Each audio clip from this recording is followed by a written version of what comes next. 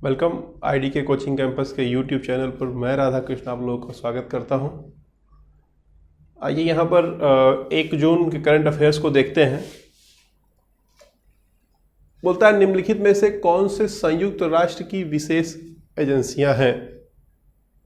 अब ये न्यूज में क्यों है, क्योंकि कुछ दिन पहले 2 दिन पहले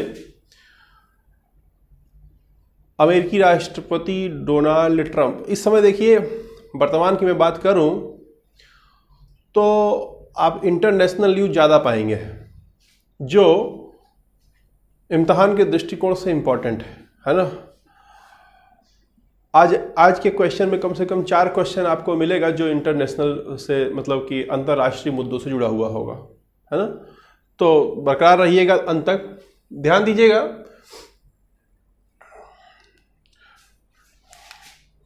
न्यूज में क्यों है, क्योंकि अमेरिकी राष्ट्रपति ने कहा हु इज हु।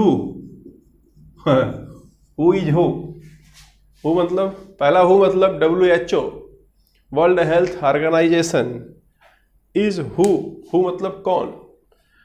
तो हु इज हु कहने का मतलब यह है यहां पर कि WHO को बनाने के पीछे जो मकसद है, अगर वो उस मकसद को पूरा नहीं कर पाती है तो उसका रहने का क्या बेनिफिट है, ये कहना है अमेरिकी राष्ट्रपति डोनाल्ड ट्रंप का। उनका कहना है कि WHO के समर्थन से ही, या यूं कहें WHO की लापरवाही से, ये जो कोरोना वायरस है ये पूरी दुनिया में फैला है। क्लियर है। उसके पीछे तमाम तथ्य भी हैं, आप लोग भी जानते ही होंगे। तो अच्छा, वर्तमान में WHO के अध्यक्ष जो है हमारे जो हर्षवर्धन जी हैं, डॉक्टर हर्षवर्धन, हमारे केंद्रीय जो स्वास्थ्य मंत्री हैं, वो इस समय अध्यक्ष हैं उसके। ठीक है। तो चूंकि WHO का जो इसके पहले के जो अध्यक्ष थे उनके ऊपर ये आरोप लगा लगातार कि वो चाइना के समर्थन में थे, तो अमेरिका ने क्या किया कि अपना $400 मिलियन, पिछले साल $400 मिलियन पूरी दुनिया में सबसे ज़्यादा WHO को पैसा देने वाला अमेरिका ही था। तो अमेरिका ने उस पर रोक लगा दी थी पहले ही, और फिर उसके बाद उससे अपना रिश्ता तोड़ लिया। तो उससे अपना रिश्ता तोड़ लिया तो इसलिए न्यूज़ में है। तो अब यहाँ पर और सवाल उठ खड़े होते हैं कि वर्तमान में यूनाइटेड स्टेट किन किन महत्वपूर्ण संगठनों का सदस्य है। तो देखिए महत्वपूर्ण जो और संगठन है उनमें किसका किसका वर्तमान में सदस्य है। वो WHO का था लेकिन वर्तमान में नहीं है। खाद्य और कृषि संगठन का सदस्य है, अंतर्राष्ट्रीय श्रम संगठन का सदस्य है, ठीक है, इंटरनेशनल लेबर ऑर्गेनाइजेशन ILO, फिर उसके बाद यूनेस्को का है, फिर उसके बाद अंतर्राष्ट्रीय नागरिक उड्डयन संगठन का है, फिर उसके बाद UPU यूनिवर्सल पोस्ट यूनियन, फिर उसके बाद इंटरनेशनल टेली कम्युनिकेशन यूनियन, फिर WMO है ना, विश्व का जो मौसम विभाग है, ठीक है, वर्ल्ड मेट्रोलॉजिकल ऑर्गेनाइजेशन उसका है, फिर उसके बाद IFAD है ना, इंटरनेशनल ये जो फूड एग्रीकल्चर से रिलेटेड है, उससे संबंधित जो डेवलपमेंट होता है उसका ये संगठन का सदस्य है, फिर उसके बाद IMF का सदस्य है, फिर उसके बाद इंटरनेशनल मैरीन ऑर्गेनाइजेशन का सदस्य है। तो ये महत्वपूर्ण अन्य संगठन है जिसका सदस्य ये वर्तमान में है। तो यहाँ पर आपको दिया हुआ है कि किन किन का सदस्य है। तो देखिए WHO का था, वर्तमान में नहीं है। क्लियर है। विश्व मौसम विज्ञान संगठन WMO का है, ठीक है। फिर उसके बाद बोलता है कि कृषि विकास के अंतरराष्ट्रीय कोष, तो international fund of agriculture development, ये IFAD का भी सदस्य है। तो इस प्रकार आप देख रहे हैं कि 2 और 3 का सदस्य है, 1 का था लेकिन अब नहीं है। तो इस प्रकार यहाँ पर C for cat is the correct answer. Clear है। तो बढ़ते हैं क्वेश्चन नंबर 2 की ओर। क्वेश्चन नंबर 2 की ओर बढ़ते हैं। क्वेश्चन नंबर 2 में देखिए लिखा हुआ है G7 कृत्रिम बुद्धि समूह के संदर्भ में निम्नलिखित कथनों पर विचार करें। ध्यान दीजिएगा मेरी बात। यहाँ पर G7 उन देशों का समूह है जो IMF के सदस्य हैं और IMF द्वारा रिकॉग्नाइज्ड हैं कि दे आर एडवांस्ड, यानी कि वो इकोनॉमिक रूप से, टेक्नोलॉजिकल रूप से एडवांस जो देश हैं उनको IMF के सदस्य हैं जो उनमें से जो एडवांस्ड हैं उनको G7 में रखा गया है। ठीक है, अभी हाल फिलहाल में न्यूज में यह है कि अमेरिकी राष्ट्रपति डोनाल्ड ट्रंप ने जो उसकी बैठक थी, बैठक को कैंसिल कर दिया और कैंसिल करके ये बोला कि G7 में जिन लोगों को होना चाहिए वो लोग नहीं हैं, यानी कि जो ऐसे जो देश जो महत्वपूर्ण है इस समय दुनिया के लिए वो उसमें नहीं शामिल है। उसमें भारत भी एक है। तो उन्होंने क्या किया, कैंसिल कर दिया मीटिंग को और बोला कि भारत को भी शामिल किया जाए और 2 देश हैं उनको भी शामिल किया जाए। तो फिर उसके बाद जो है इसकी बैठक होगी। वो अलग मुद्दा है, यहां मुद्दा अलग है। ठीक है, यहां मुद्दा यह है कि G7 के आर्टिफिशियल इंटेलिजेंस, कृत्रिम बुद्धि समूह, बात समझिएगा ये कृत्रिम बुद्धि समूह क्या है ना। यहां पर देखिएगा, इसे आर्टिफिशियल इंटेलिजेंस कहते हैं।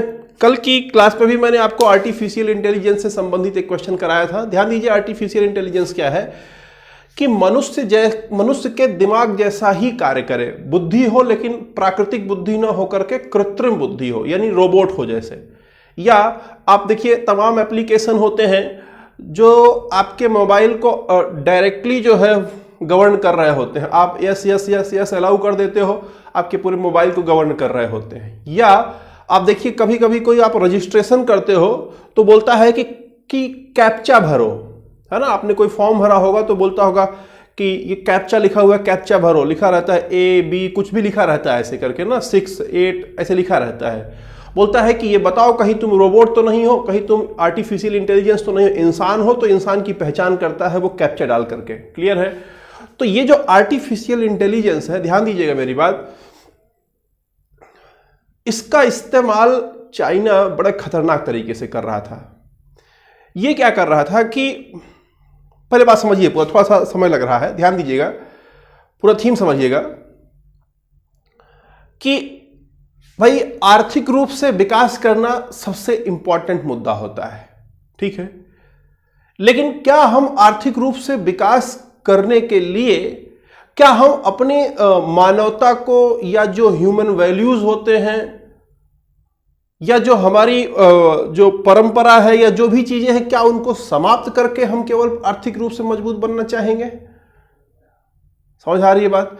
तो ध्यान दीजिएगा, ये आर्टिफिशियल इंटेलिजेंस का गलत तरीके से इस्तेमाल करके चाइना ने जो है हर देश के लगभग ऐसे ऐसे आंकड़े जुटा लिए हैं जिसकी कल्पना नहीं की जा सकती। यकीन मानिए मेरा, आज का युग जो है वो इंफॉर्मेशन युग है, डेटा का युग है। जिसके पास डेटा है, जिसके पास जानकारी है, वो सबसे बड़ा बादशाह है। आज के डेट की यही कहानी है।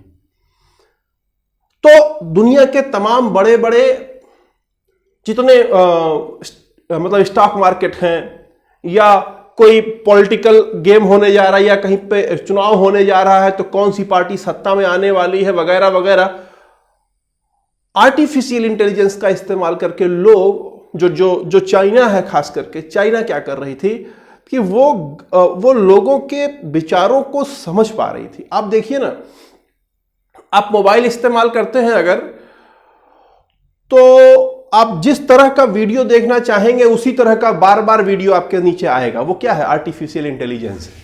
मतलब वो समझता है कि आप किस तरह का वीडियो देखना चाहते हो। तो टेक्नोलॉजी का इस्तेमाल करके, अब देखिए टेक्नोलॉजी का इतना ज्यादा पेनिट्रेशन है मोबाइल का सबके हाथ में कि उसका इस्तेमाल करके आपके सारे डेटा को चुरा ले रही है ना, जिससे पूरी दुनिया को काफी समस्या झेलना पड़ रहा है।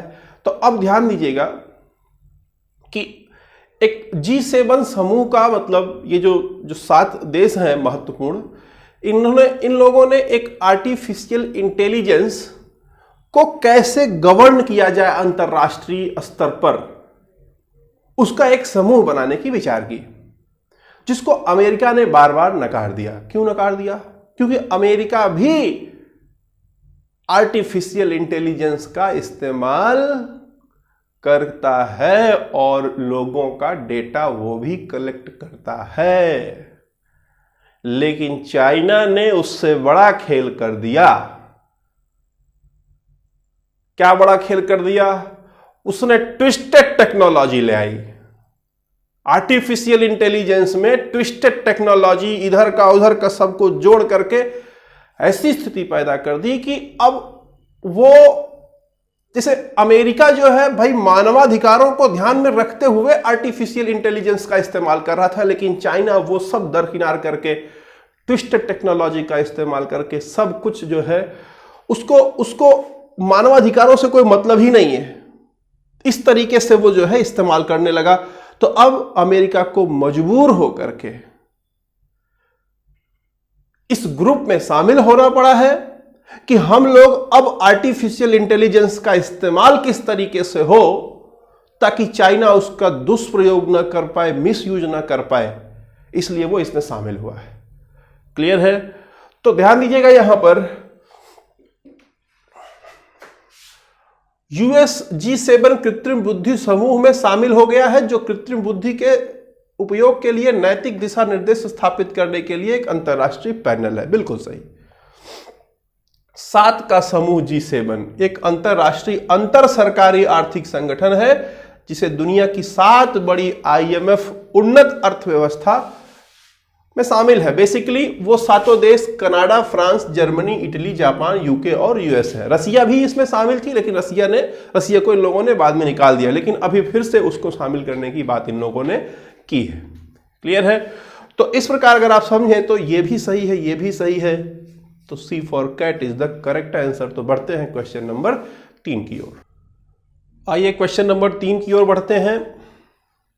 मैंने बताया जैसा आपको कि आज के क्लास में बेहद महत्वपूर्ण मुद्दे अंतर्राष्ट्रीय हैं, क्योंकि सारे घटनाएं इस समय अंतर्राष्ट्रीय स्तर पर घट रही हैं और बड़ी तेजी से घट रही हैं। अगर आप नहीं समझेंगे तो इम्तिहान में फिर आपको हवा नहीं लगने वाला है। ध्यान दीजिएगा, अगर आप यहां समझ पाए तो अमेरिका और चाइना दोनों एक दूसरे के प्रतिद्वंदी हैं और कहीं ना कहीं भारत भी चाइना का प्रतिद्वंदी ही है। अच्छा, लोगों को यही लगता है कि भारत का समर्थन किया जाए तो चाइना को जो है हटाया जा सकता है, उसके पोजीशन से, चाइना के पोजीशन से हटा करके भारत को उसके पोजीशन पर बैठाया जा सकता है। ठीक है, लेकिन चाइना क्या है कि यकीन मानिए मेरा कि वर्तमान में चाइना की स्थिति ऐसी है कि अकेले कोई भी देश उससे टक्कर नहीं ले सकता है। ये बड़ी सच्चाई है। अगर ले सकता होता तो अब तक कब का जो है अमेरिका या कोई भी देश जो है उसको नेस्तनाबूद कर दिए होते हैं, लेकिन चाइना ने अपने आप को काफी मजबूत कर लिया है। वर्तमान की स्थिति समझिएगा, जैसे हमारे देश के अंदर जम्मू कश्मीर था, हमने जम्मू कश्मीर को विलय कर लिया या 370 हटा दिया, हमने विलय नहीं 370 हटा दिया हमने। क्लियर है? वैसे कुछ चाइना ने भी किया है। चाइना अपने आप को मजबूत बनाने का लगातार कोशिश कर रहा है ना। उसमें चाइना में एक हांगकांग है। ठीक है, हांगकांग एक तरह का समझिए राज्य के रूप में है, लेकिन वो स्वतंत्र तरीके से था। उसकी अपनी कार्यपालिका थी, उसकी अपनी विधायिका थी, उसकी अपनी न्यायपालिका है। 1997 में हांगकांग चाइना में शामिल हुआ। क्लियर? लेकिन चाइना ने, हांगकांग ने, वही होता ना एक देश दो मॉडल, जैसे सेंटर और स्टेट होता है ना हम लोगों के यहां, वैसे वहां पर भी एक देश दो मॉडल को उसने अपनाते हुए चाइना को केवल अपना 2 मुद्दा दिया था, एक राष्ट्रीय मुद्दे और दूसरा सुरक्षा का मुद्दा। यही 2 मुद्दा केवल चाइना को दिया था, बाकी सारे के सारे मुद्दे को जो है वो अपने पास रखा था हांगकांग 1997 में जब वो चाइना में शामिल हुआ। क्लियर है? अभी क्या हुआ है, अभी हांगकांग के लिए स्पेशल एडमिनिस्ट्रेटिव रीजन जो है एक करके यहां पर राष्ट्रीय सुरक्षा कानून एक बिल लाया गया, मतलब पास किया गया चाइना के द्वारा, चाइना के केंद्र सरकार द्वारा। उसमें क्या है कि वो हांगकांग की जो स्वायत्तता थी एकदम उसको खत्म कर दिया है, ठीक है। और अब स्थिति ऐसी बना दिया है कि बोला कि केंद्र सरकार हांगकांग के अंदर अपनी कोई संस्था जहां पर लगेगा कि हांगकांग कमजोर हो रहा है या कोई स्थिति है तो वहां पर अपना संस्थान स्थापित करके हांगकांग को सुरक्षित करेगा। क्लियर है? ये तो वो अपने पर्सपेक्टिव से कर रहा है क्योंकि वो हांगकांग को जो है अलग नहीं होने देना चाहता है। समझ आ रही है बात? अब इस पर क्या हुआ? अच्छा, और एक बात समझिए कि हांगकांग की जो स्थिति है उसमें जो अपीलेट अथॉरिटी होती है, अपीलेट अथॉरिटी, जैसे देखिए हम लोग के यहां अपीलेट अथॉरिटी जो है सबसे ऊंची जगह हम लोग अपील कहां कर सकते हैं? सुप्रीम कोर्ट में करते हैं। वैसे हांगकांग में जो सबसे ऊंची अपीलेट अथॉरिटी थी जहां अपील किया जा सकता था उसमें 15 विदेशी जज हुआ करते हैं। क्लियर है? 15 विदेशी जज हुआ करते हैं, यानी कि कोई अंतरराष्ट्रीय मुद्दा होता है तो उस पर जब अपील की जाती है, कोई समस्या होती है तो वो 15 जज उसमें महत्वपूर्ण भूमिका निभाते हैं निर्णय लेने में। ठीक है। अब चाइना क्या कर रहा है, जब इसको मतलब हांगकांग को स्पेशल एडमिनिस्ट्रेटिव रीजन में शामिल कर दे रहा है, यानी अपनी संस्था वहां पर स्टैब्लिश कर रहा है, तो उसने इस कानून के तहत यह भी अधिकार हासिल कर लिया कि जो उसमें 15 विदेशी जज हैं उनको भी जब चाहे तब हटा सकता है। समझ आ रही बात? तो एक तरह से हांगकांग को जो ऑटोनोमस सिस्टम था या हांगकांग की जो स्वायत्तता थी उस पर बड़ा खतरा ये है ना। अब इस पर यूएसए का क्या प्रतिक्रिया है? देखिए, यूएसए यानी अमेरिका क्या करता था, हांगकांग को सहायता देता था, हमेशा इकोनॉमिक सहायता, पैसे के रूप में सहायता देता था। अमेरिकी राष्ट्रपति डोनाल्ड ट्रंप ने ट्वीट करके कहा है कि अब चूंकि हांगकांग चाइना के विशेष रीजन में शामिल हो जा रहा है तो अब हम लोग हांगकांग को किसी तरीके का कोई मदद नहीं देंगे। समझ पा रहे हैं बात आप? तो यहां पर अगर आप देखें,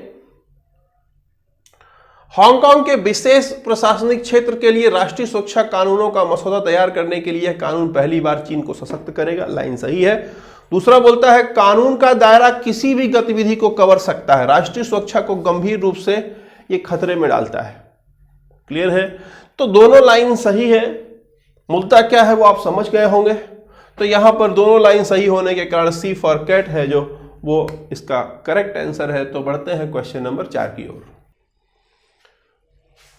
बढ़ते हैं क्वेश्चन नंबर 4 की ओर। क्वेश्चन नंबर 4 में देखिए दिया हुआ है, अक्सर समाचारों में चर्चित उइगर निम्न में से कहां के स्थानीय वासी हैं? Important question. जैसे आपके एग्जाम में आता है जनजाति समूहों का ना बार बार। अब आप समझिए कि एग्जाम के पैटर्न बदल रहे हैं और आपको उसी के हिसाब से पढ़ना पड़ेगा, भूल जरूर नहीं, पुराने पैटर्न पर नहीं। समझिएगा यहां पर ये जो उइगर है ये एक समूह है जो चाइना का समूह है ना। ध्यान दीजिए, समूह कहां का है? चाइना में रहने वाली जाति है। और नियम कौन बनाया है? अमेरिका ने नियम बनाया है। आप देखो ना कितना चल रहा है इन दोनों के बीच, है ना। हम लोगों का उतना नहीं चल रहा जितना अमेरिका और चाइना का चल रहा है। चाइना में रहने वाली जाति है, कानून बनाया अमेरिका ने। अमेरिका की संसद ने एक कानून बनाया इनके लिए, उइगर समूह के लिए। उसमें उन्होंने ये कानून बनाया कि जो लोग उइगर समूह के लोग हैं, जिनका उत्पीड़न हो रहा है, जिनके मानवाधिकारों का उल्लंघन हो रहा है, चाइना उसको बंद करे, मानवाधिकारों का उल्लंघन बंद करे। इनका कहना है कि लगभग 10 लाख उइगर समूह के लोगों को चाइना ने कैद कर रखा है। इस बिल के हिसाब से चाइना उनको रिलीज करे, उनके मौलिक अधिकारों के लिए उनको जो है छूट दे कि उनके जो मौलिक अधिकार हैं वो उनको सही तरीके से निर्वहन कर पाए, शिक्षा ग्रहण कर पाए उइगर समूह के लोग।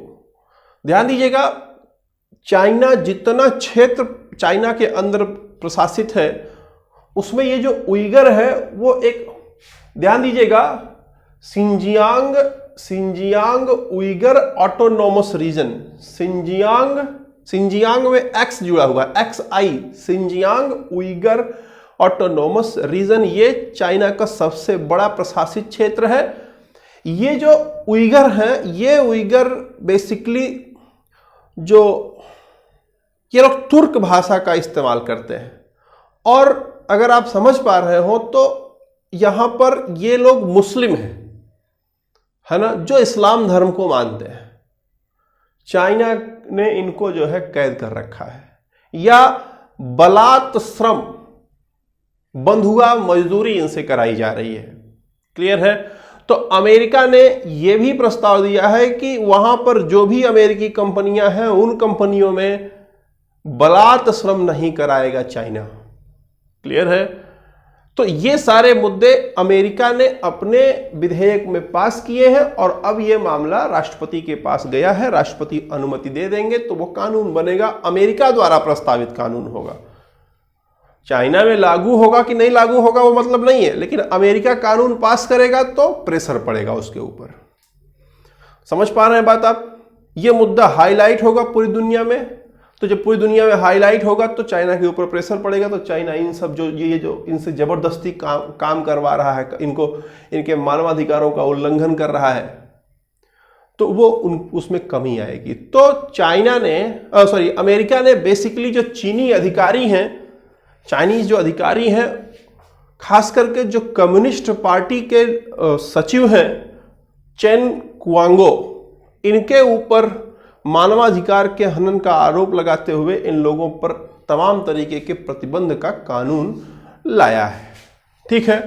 तो यहां पर अगर आप समझने का प्रयास करें तो ये जो उइगर समूह है वो चीन के सिंजियांग प्रांत का है। ठीक है? ये यहां का नहीं है। तो A for Apple is the correct answer. तो बढ़ते हैं क्वेश्चन नंबर 5 की ओर।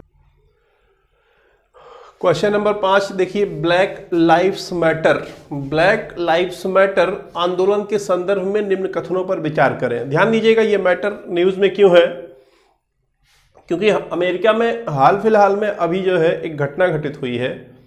घटना कुछ यूं है कि एक इंसान, नाम उसका है जॉर्ज फ्लॉयड, लगभग 46 वर्ष की आयु का एक काला आदमी। ध्यान दीजिएगा, अमेरिका में 2 तरह के लोग हैं, अश्वेत, श्वेत मतलब गोरे लोग, अश्वेत मतलब काले लोग।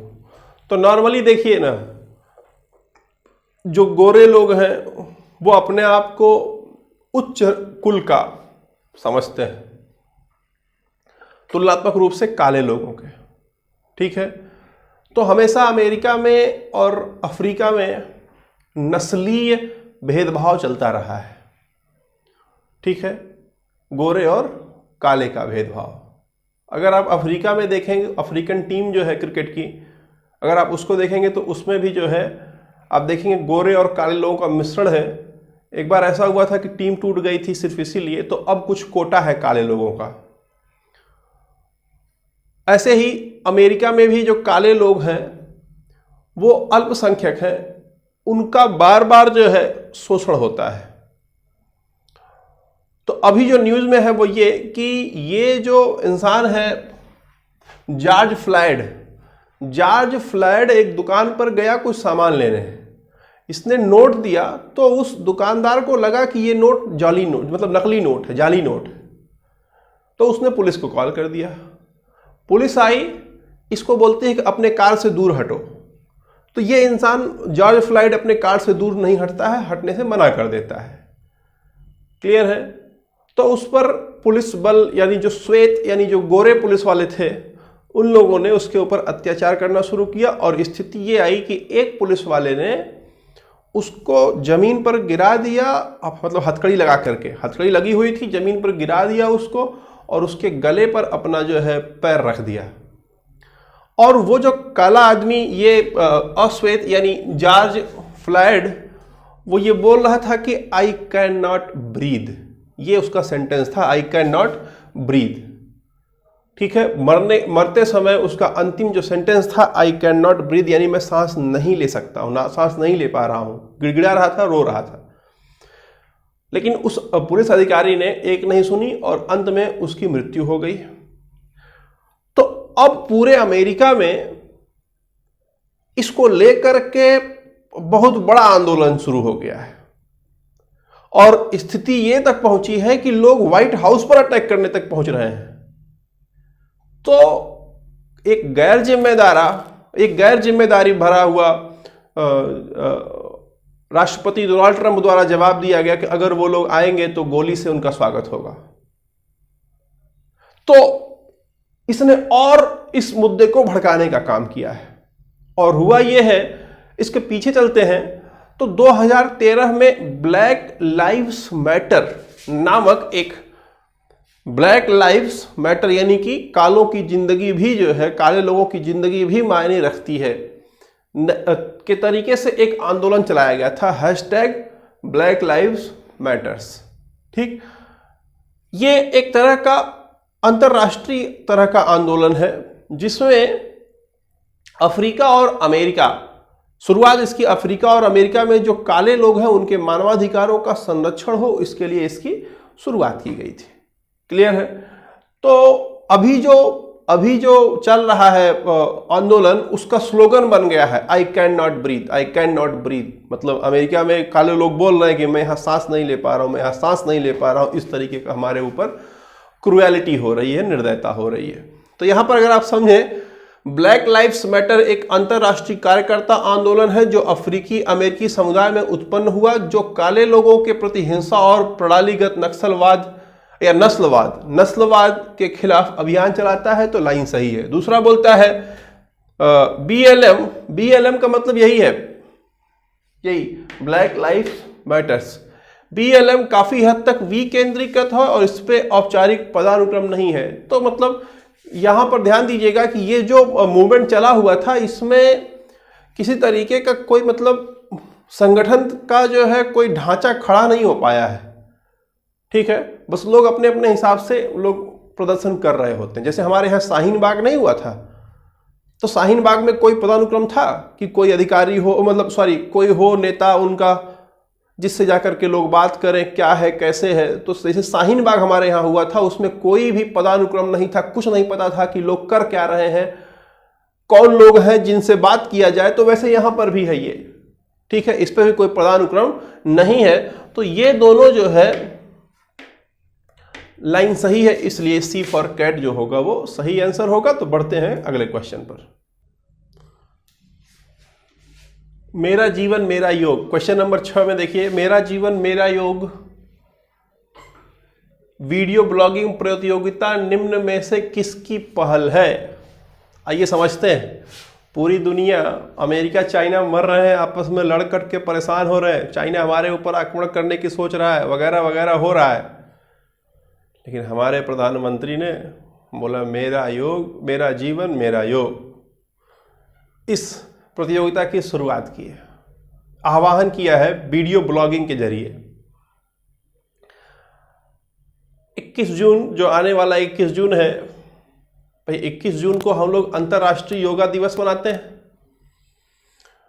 और ये अंतर्राष्ट्रीय योगा दिवस अब की बार जो होगा वो 6ठा अंतर्राष्ट्रीय योगा दिवस होगा। ठीक है, तो आयुष मंत्रालय और Indian council of culture and relation, Ayush मंत्रालय और ICCR, ये दोनों मिल करके इस पूरे मेरा जीवन मेरा योग के पूरे कार्यक्रम को संचालित करने का प्रयास करेंगे।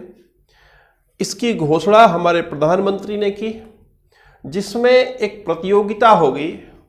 उस प्रतियोगिता में दुनिया का कोई भी इंसान भाग ले सकता है और वो आयुष मंत्रालय की साइट पर अपना वीडियो अपलोड 3 मिनट का वीडियो अपलोड करेगा, जिसमें 3 अभ्यास होंगे, 3 योगा के अभ्यास होंगे, जिसमें एक होगा कोई क्रिया करता हुआ, दूसरा कोई आसन लगाता हुआ, तीसरा कोई प्राणायाम करता हुआ। ठीक है।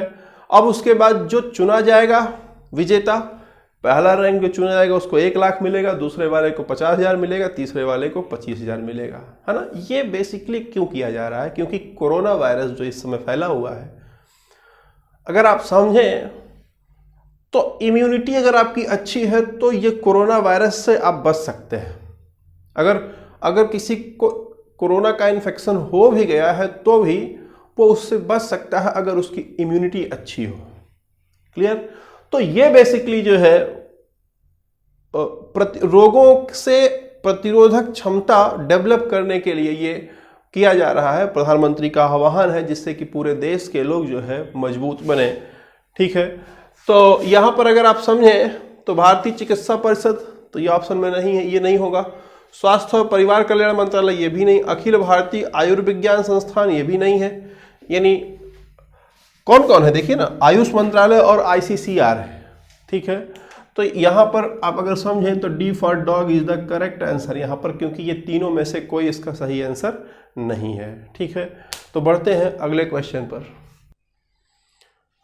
आइए देखते हैं। यहाँ पर देखिए दिया हुआ है terminal high altitude area defence के लिए एक्रोनिम है, जो एक transportable ground based missile defence system है। इसे निम्न में से किसके द्वारा विकसित किया गया है? देखिए इसे THAAD थाड कहा जाता है ना, वो खतरनाक चीज है।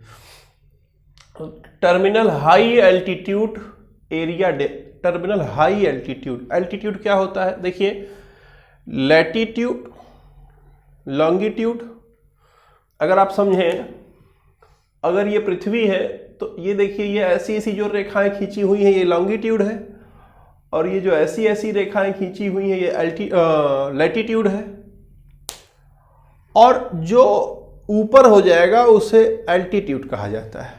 नहीं समझे बात? जैसे मान लीजिए हम यहाँ खड़े हैं तो कुछ अक्षांश और कुछ देशांतर होगा।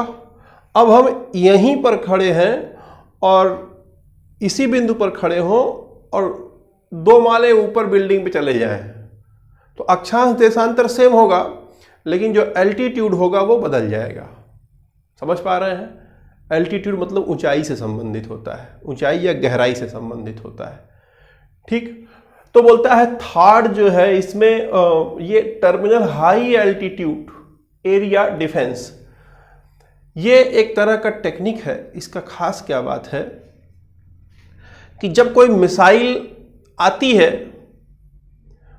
तो ये मिसाइल को हवा में ही, मतलब हाई एल्टीट्यूड में ही, इसमें इस सिस्टम में जो रडार लगा हुआ है वो इंफ्रारेड किरणों के माध्यम से वो पहचान लेता है कि ये मिसाइल आ रही है। क्लियर है? और उसके बाद क्या होता है कि यहां से कुछ ऐसे चीजें छोड़ी जाती हैं कि मिसाइल को हवा में ही मार जाता है। 100% सफलता रेट इसकी रही अभी तक की, जब से ये बना हुआ है तब से आज तक की इसकी 100% सफलता रेट रही है, यानी कि एक भी मिसाइल इससे छूटती नहीं है। ठीक है। तो ये थार्ड जो है अमेरिका ने कई जगहों पर, ध्यान दीजिएगा, इसको बनाने वाला अमेरिका है, अमेरिकन कंपनी जिसका नाम है लॉकहीड मार्टिन। कंपनी का नाम है लॉकहीड मार्टिन। लॉकहीड मार्टिन ने थार्ड को निर्माण किया है, थार्ड का निर्माण किया है। और अब इस थार्ड को जो है अमेरिका ने दक्षिण कोरिया, UAE मतलब संयुक्त अरब अमीरात, गुआन, इजराइल और रोमानिया में ले जाकर के इसको लगा दिया है। चाइना को प्रॉब्लम क्या है? चाइना यहां पर जो दक्षिण कोरिया में एक जगह है ओसान, दक्षिण कोरिया के ओसान में ही इसको लगाया गया है थार्ड को अमेरिका द्वारा। तो अगर आप समझें, अगर ये चाइना है तो यहां पर उत्तरी कोरिया, दक्षिणी कोरिया है, उत्तरी कोरिया चाइना का दोस्त है, दक्षिणी कोरिया इसका दुश्मन है, ठीक है। अमेरिका ला करके यहां लगा दिया है। अब क्या होगा कि इसके द्वारा छोड़ी जा रही मिसाइलों को कैसी भी, है ना, जो बैलिस्टिक मिसाइलें हैं उनको भी ये नष्ट कर सकता है। तो चाइना ने इस पर जो है आपत्ति जताई है कि अमेरिका यहां पर नहीं लगा सकता है, लेकिन अमेरिका ने लगा दिया है, क्या कर सकते हैं, है ना। तो अमेरिका को भी बहुत सारी चीज़ें जो है चाइना की नहीं पसंद है और चाइना की बहुत सारी चीज़ें अमेरिका को नहीं पसंद है, वाइस वर्सा दोनों का है। तो दोनों एक दूसरे को कमज़ोर करने के लिए या एक दूसरे को डराने के लिए अपने अपने हथकंडे अपना रहे हैं, ठीक है। तो यहां पर अगर आप समझें तो ऑप्शन ए फॉर एप्पल यानी अमेरिका होगा। आइए बढ़ते हैं अगला क्वेश्चन नंबर 8 की ओर। क्वेश्चन नंबर 8 देखिए, यहां पर दिया हुआ है स्कॉर्पिनोस्पिसिस नेग्लेक्टा, है ना। नाम लेने में जीभ टेढ़ी हो जा रही है ना। तो होगा क्या, देखिए फिर से मैं बोल रहा हूं बार बार कि जैव विविधता से संबंधित जो भी चीज न्यूज में हो वर्तमान समय में वो बेहद इंपॉर्टेंट चीज है आपके इम्तिहान के दृष्टिकोण से।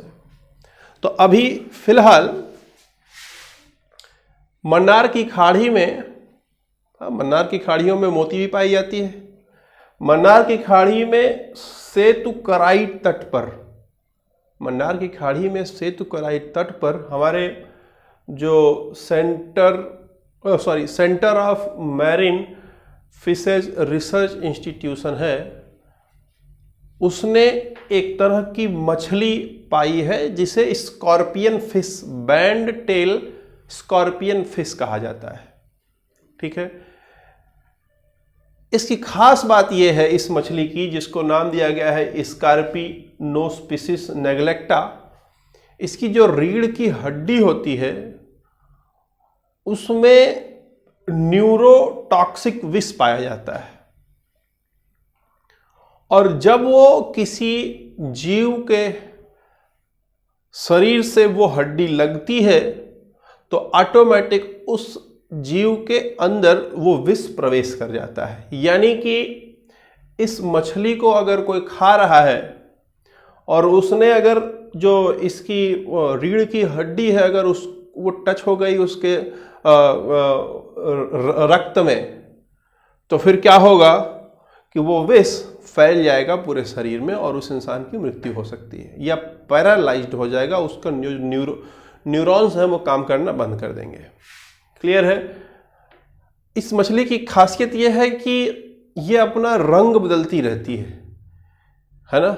अपना रंग बदलने की क्षमता इसमें होती है, जैसा इन्वायरमेंट देखेगी वैसा रंग बदल लेगी, जिससे कि इसको आसानी से अपना भोजन ग्रहण कर पाने में मतलब आसानी हो। कहने का मतलब ये है कि अगर ये रंग बदल करके उसी में शामिल हो जाए जिस तरह के जीव जंतु हैं तो वो पहचान नहीं पाते हैं और ये फिर अपना शिकार कर लेती है। क्लियर है। तो यहाँ पर अगर आप समझें तो न्यूज़ में इसलिए है क्योंकि CMFRI ने इस मछली को जैव विविधता केंद्र में संग्रहित किया है। अभी हाल फिलहाल में इसकी खोज हुई है।